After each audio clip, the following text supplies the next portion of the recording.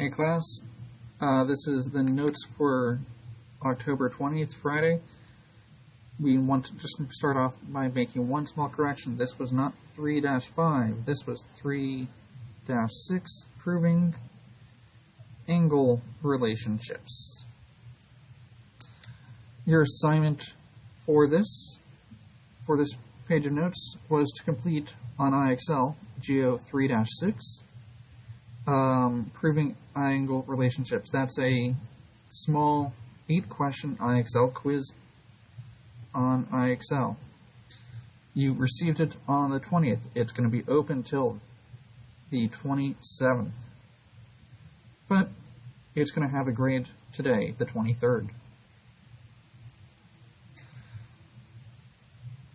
We're continuing with our processes of talking about proofs. We want to start off by making sure there's some definitions we already know. So, supplement theorem, this is from the book, but you know about supplements. We've talked about them in Chapter 2, Module 2. If two angles form a linear pair, they add to 180, and we call them supplementary. If two angles are supplementary, they'll add to make 180. If they're supplementary, they could form a linear pair. Complement theorem, if two angles form a right angle, we call them complementary. You'd say they add to make 90. All three facts are sort of the same. We've talked about definite congruence. If things are congruent, then they're equal. If they're equal, then they're congruent.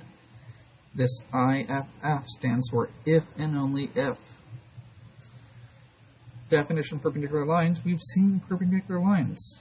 Two lines are perpendicular if they make a 90-degree angle. If two lines make a 90-degree angle, then we say they are perpendicular. We added one small thing that I need you to remember. We added a little symbol underneath this, an upside-down T. This upside-down T means perpendicular. So if we saw WS is perpendicular to VX, we'd have to draw a picture where these two lines are crossing each other with a right angle between them.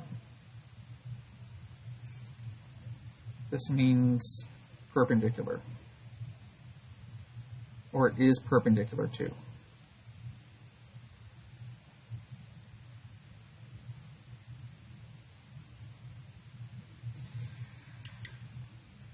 Again, a lot of our proofs are going to have a word bank. We have provided one for this set of problems today. We have 3 examples we're doing on 2-column proofs involving angle relationships. This is not the end of angle relationships. We'll be proving more, but these are some basic ones we can start with now. As a note, remember your homework is this, completing the Geo 3-6, proving angle relationships on IXL. It's a quiz on IXL that you can find under recommendations. We're going to be doing 3 of the questions on this homework together. Each example is going to be one of those questions. So, first question here, question 1. We are asked to complete the proof that angle FJG is congruent to angle HJI.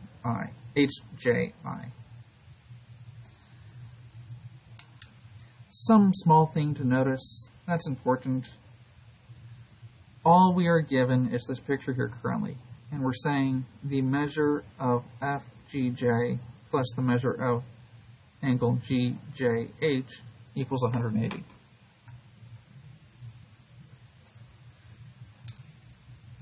We're saying that these two angles here add to make 180. And we do something similar on the second line. GJH in red, plus HJI equals 180. I want to point out that these statements are not given to us. They're not. We're not told them. We're getting these from the picture, not all proofs start with given. Just make sure you notice that fact. These two statements are from the picture.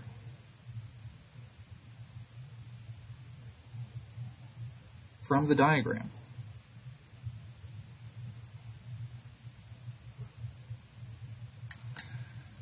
So we wouldn't say they're given. We're saying they're angles forming a linear pair, and we know that angles that form a linear pair sum to 180 degrees.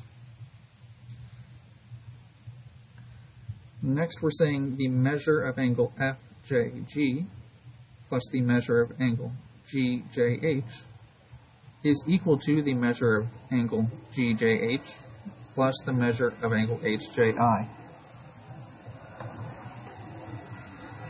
We get to say these two angles are equal because of the transitive property. These two sets of equations are equal because they both equal 180. 180 is equal to 180, and this is equal to this. These are equal, so these get to be equal. That's our transitive property. We get to sort of pass the equality along. You might, at times, say this is substitution. You might be able to say that this is substitution as another note. Notice from line 3 to line 4, GJH disappears on both sides. We're just subtracting GJH from both sides. We subtracted the measure of angle GJH.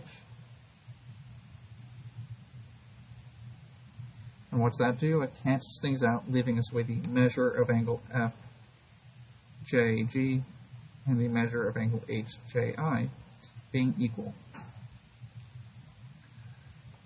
Last thing, what we really needed to do on this problem was relate going from these angles are equal to these angles are congruent. The thing that does that best for us from our word bank is our definition of congruence. Remember, angles are congruent if their measures are equal. Their measures are equal, so they're congruent.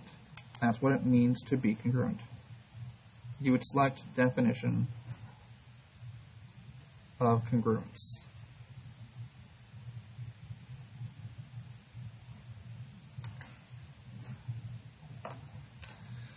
(3-6) proving angle relationship assignment. Question number 4. Remember this symbol here. What's this symbol mean? It means QR is perpendicular to RS, and TU is perpendicular to UV. We're going to use these facts to prove that angle QRS is congruent to angle TUV.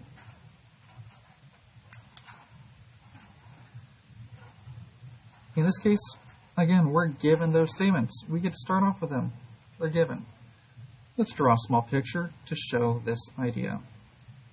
To show this picture, we're going to draw Q to R and R to S needs to be perpendicular, so I'll draw a point out here like this. And since they are perpendicular, let's put a right angle marking there. Let's do the same thing with TU and UV. TU and UV. Again, these are supposed to be at a right angle, so let's mark them. They're supposed to be perpendicular. Now, why are these equal to 90 degrees? Well, we said they're perpendicular, so this angle has to be 90 degrees. That is our definition of perpendicular lines. Lines are perpendicular if they make a 90-degree angle. If two lines are making a 90-degree angle, they are perpendicular. We'd go with definition of perpendicular lines. I know some of you have considered trying complementary angles on here. But complementary angles requires that we have two separate angles that add to make 90. Right here I have only one angle making 90, so it's not complementary.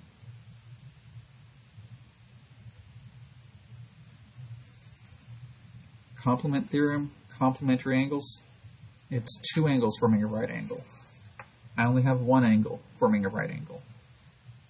It's two lines that are perpendicular making that right angle.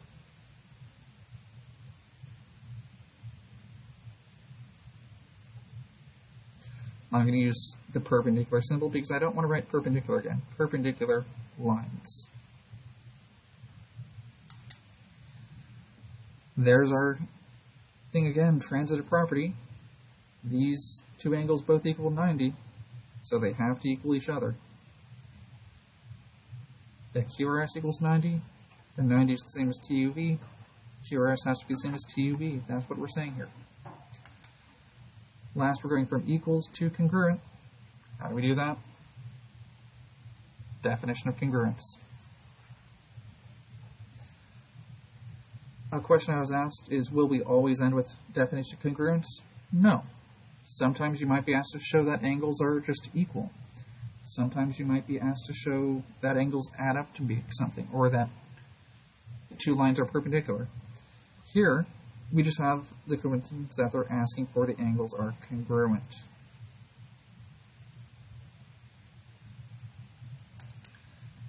If we were asked to show that the angles were equal, we would have stopped on the previous line.